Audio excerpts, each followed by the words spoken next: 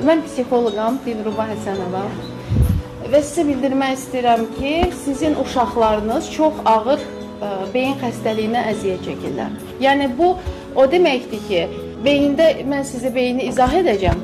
Beyin xəstəliyi elədir ki, orada neyron səviyyəsində pozulma baş verib və o heç vaxt sağalmayacaq.